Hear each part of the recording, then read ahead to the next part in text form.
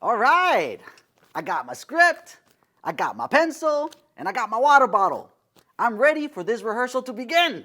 It's time to put on a play. But wait a minute. Where's the set? Where are all the lights, the costumes? And where is all the people? I can't do this by myself. And fortunately, I don't have to, because today we're going to talk about different designers, building beginnings, and other occupations. By the end of today's lesson, you'll be able to analyze the duties, significance, and process of 6 theatrical design positions, examine 5 methods to begin a career as a theater designer, and explore other occupations that theatrical designers can pursue. Creators, collect! Go for costume designer Justin. Lighting designer B reporting. Set designer Caroline is here. Okay, team! Designers, dispatch!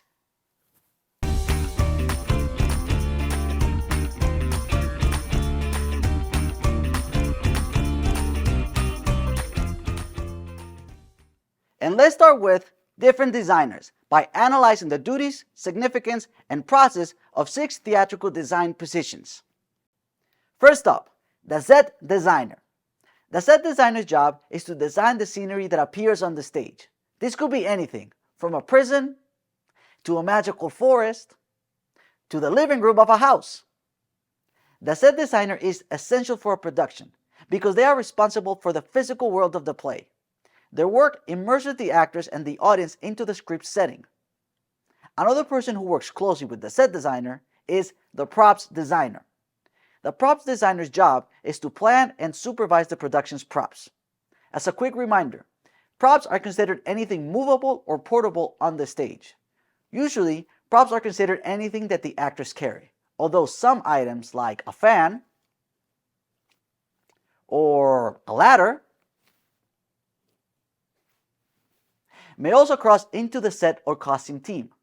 The props designer is necessary for a production because they add specificity to the production. The detail that the props provide gives authenticity to the world of the play. Another person who helps make the play seem even more real is the costume designer. The costume designer's job is to plan and oversee the clothes and outfits worn by the characters in the production. Obviously, the costume designer's job is highly significant for the play. Clothing can indicate the time period, setting, culture, mood, and characterization. For instance, when I was in a play about Puerto Rico, the costume designer made sure that all of the characters had pieces that were either red, white, or blue, the colors of the Puerto Rican flag. And working closely with the costume designer are the hair, wig, and makeup designers. Sometimes these are 3 separate people, but sometimes these 3 positions are combined into one. Either way, the hair, wig, and makeup designer, or designers, are in charge of creating looks for the characters through hair or wig styles and makeup designs. The hair, wigs, and makeup help the actors and the audience believe in the reality of the character. They can demonstrate the time period, social class, character type, and more. The lights can also inform the actors and the audience. The lighting designer devises and manages all of the lighting happening on stage. They often work closely with the projections designer if the show requires projections. The lighting designer uses light to illuminate the actors, show the audience where they need to look, illustrate moods, demonstrate the time of day and season, and support the story. They may also use things like gobos, a device that can shape the light into patterns or images, or different colored gels to demonstrate locations or effects, like sunlight filtering through leaves, or water. Projections may also be added in a production, like Broadway's Frozen, which uses projections to add to the play in creating magical snow effects and building ice castles. And finally, the sound designer. The sound designer creates an audio concept for the production.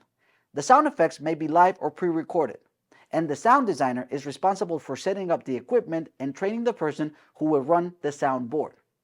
The sound designers may find, compose, or suggest music, sound effects, or auditory ambience to envelop the actors and audience in the play. For example, if the show takes place on a ship, the sound designer may bring in clips like this one, so that the audience really feels like they're in the middle of the ocean. Most designers share a similar process. Usually, they start out by closely reading the script and taking notes. Then, there are several meetings held between the designers, the stage manager, and the director. At these meetings, the director will share the concept for the show.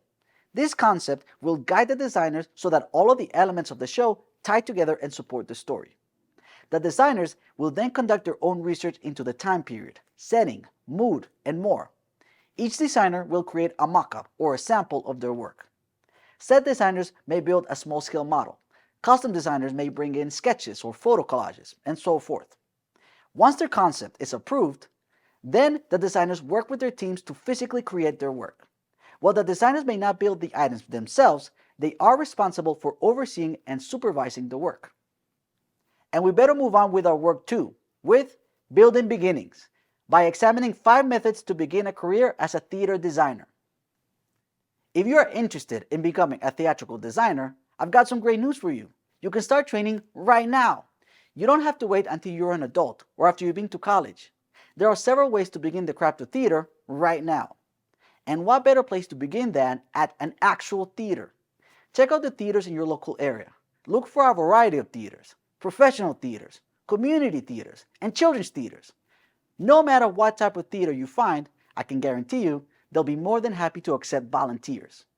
You may be able to request a specific field that you'd like to volunteer in, such as costuming or lighting or set painting. Volunteering is a great way to serve your community while also learning from the experts. If you're interested in an even more thorough education, you can also see if any nearby theaters offer high school training programs. Many theaters have apprenticeships or internships for students. Through these programs, you can receive a comprehensive, hands-on, in-depth experience in the backstage works of theater. You can even put these programs on your resume for colleges or jobs. And, speaking of colleges, many colleges and universities offer dual credit courses where high school students can take higher education classes. So, if a nearby college offers a dual credit class, you can take a theater design course while still in high school. And guess what? It would also count towards your college credit hours. To learn more about dual credit and college, check out MiaPrep's college prep course with my friend Caroline. Now, if you don't live close to a theater or a college, don't worry. You can learn from home just like you're learning right now with this video. Explore which design fields you might be interested in through books, videos, and tutorials. You can even try reaching out to current professionals to ask questions. And then just start, try, fail, and try again. Read a play and then build a model set for it. Create a sound design with music, sound effects, and ambient noise. Use your crafting skills to make props like maps, spyglasses, satchels, and more. Perhaps you already have some experience or are an expert in a specific field. You might be able to begin working backstage professionally. Maybe you love fashion and have been designing and sewing your own clothes for years. Then reach out to the custom department of a nearby theater with a portfolio of your work and see if they're hiring. I'll tell you a story. My good friend Sandra was an amazing artist in high school. She could paint, draw, craft, and even digitally design. You know, all those really cool fancy things that I just cannot do. And by the way, if you want to learn more about art, check out MiaPrep's Elements of Art class with Natasha. Anyway, Sandra actually worked professionally with several children's theater in the area as an artist. She painted sets, created props, and designed maps and souvenirs for the audience to purchase in the gift shop. And you know what the best part is? She got paid to do what she loved. And while we're on the subject of pay, let's move on to other occupations, with exploring other jobs that theatrical designers can pursue. Although theater designers may seem like they have a very specific field of expertise, their skill sets can actually help them get hired in multiple careers.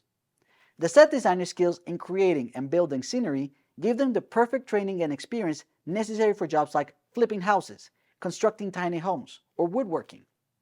Costume designers can also work in the fashion industry.